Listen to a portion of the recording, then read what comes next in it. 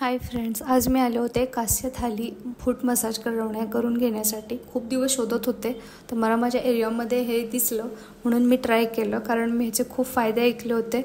म्हटलं मला पण खूप दिवसापासून करायचं होतं. तर ह्याचे खूप फायदे आहेत. जसं आपलं वात कमी करतो, शरीरातील उष्णता कमी करतो, डोळ्यांसाठी पण खूप छान आहे, शरीरातील थकवा कमी करतो आणि पित्ताचा त्रास पण कमी करतो. तसंच पायाला सूज पडणं, पायाला भेगा पडणं हे सगळं कमी करतो आणि ब्लड सर्क्युलेशन वाढल्यामुळे आपल्या चेहऱ्यावरती तेज पण वाढते आणि डोळ्यांचा काळेपणा पण कमी होतो.